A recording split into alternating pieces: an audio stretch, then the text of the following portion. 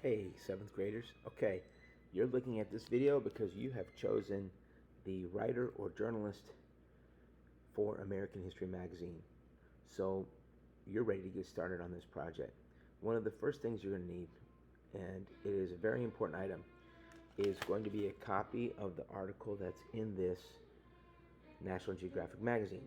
I have copies that are on the skinny table in the back of the room. You're welcome to help yourself to one of those. It is yours. You can do whatever you want with it. You can write on it. Any of those, anything you need to, okay? It is your copy. So, as you know, in this choice, you are going to be comparing the Magellan voyage with yours. So it's a compare and contrast, right? What are some of the similarities? Go into detail. And what were some of the things that maybe your voyage experienced that they didn't? Okay. And the reason why I want you to have a copy of this, not just for the Magellan information, again, it's only the story. It's not like this whole thing, okay? But I wanted you to take a look at how a magazine article is laid out and how much imagery they use, okay? So we're going to go inside this in a moment, and we'll take a look. And then I'll show you an example of one from last year.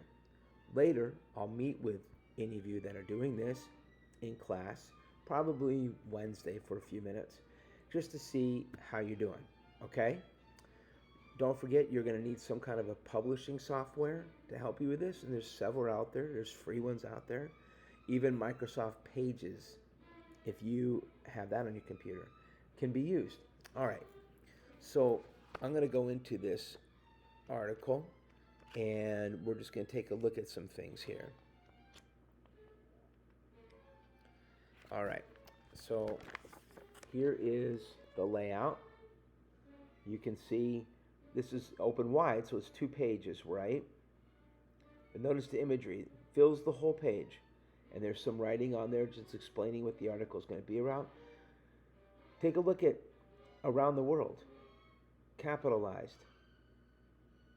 Notice how they are using different font types, size of font. The imagery is perfect. It gets people interested in what's about to come. Okay, that's just the opening.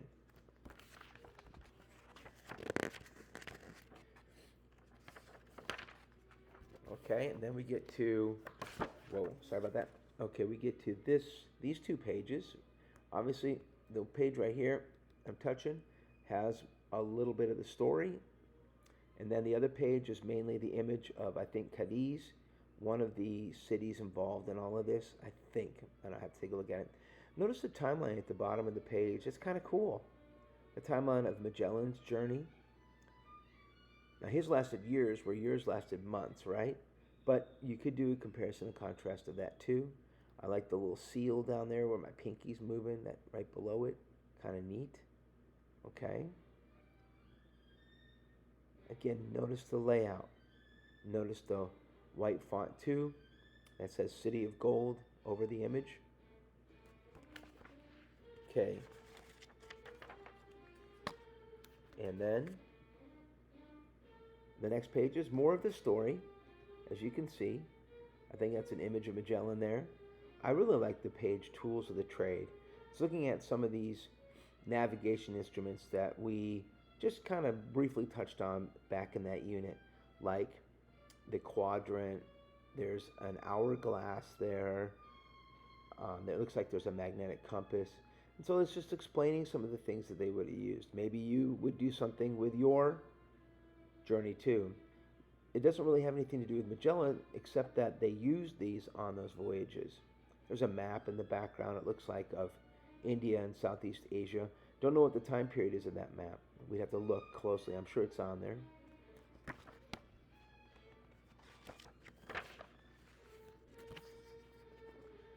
Here we go, another page. I mean, one of these pages is just of an island that was important at that time. Probably one of the Spice Islands they were trying to go to. And then story on this page over here with another picture of Magellan. I think that one might be addressing, if I remember right, rebellion, mutiny and his crew. Okay. This is okay. This is like a modern picture over here. That's okay because that's doesn't matter. It was still the island they were looking for, right? Being careful with your imagery is important. For example, and now they're looking at the ship that the only one that returned home, the Victoria, just explaining what that was like, what this ship was like. I think it was a Caravel or an India class or a Nao. That's spelled N-A-O. It's one of those.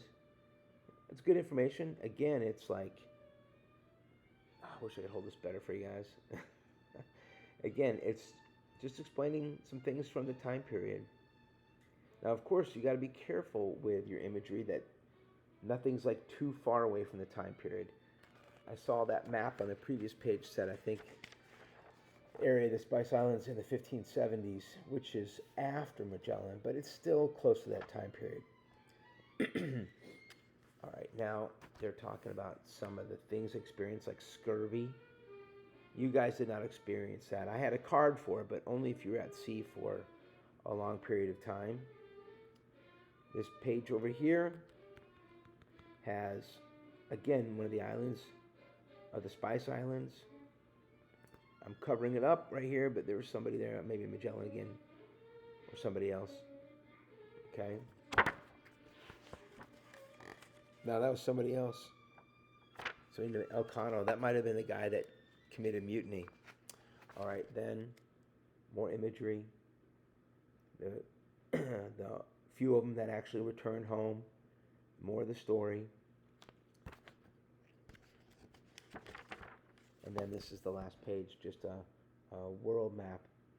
Way back then it says 1702. So that's even like 100 years after Magellan. Almost 200 years. Okay? I don't know if they really needed that map at the end. Okay, so you've got some things to think about. You need to read the article. It's yours. Start thinking about how you can do something like this. Okay? Here is an example, and then we're done. So this is what a student did last year. Mariano Lopez was their made-up person. Of course, it could be your name, too. I like their title, The Voyages of Millennium. 2 men, 1 goal. It's really cool. I mean, I even love the... yeah, there it is. That little barcode thing like you're buying it. Here's the back of it. This might be 2 years old now. Addie Whitt might be a freshman. Nice touch. Okay, on the inside, you can kind of see what she did. Gosh, there we go. Pictures of the period, time. She got her own images.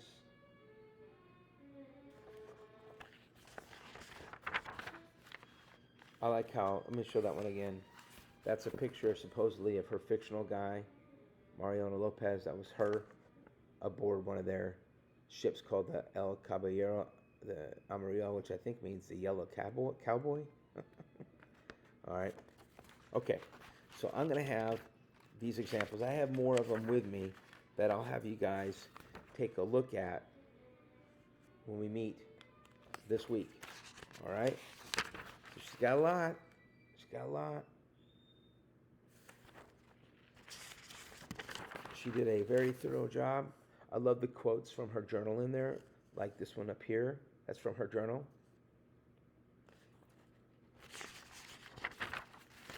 Even more.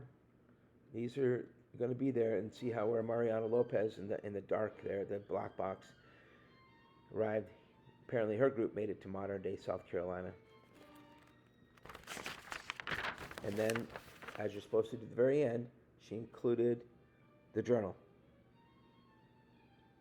at the very end, okay? From her group that she turned into her own. There you have it. Okay, we'll see you soon.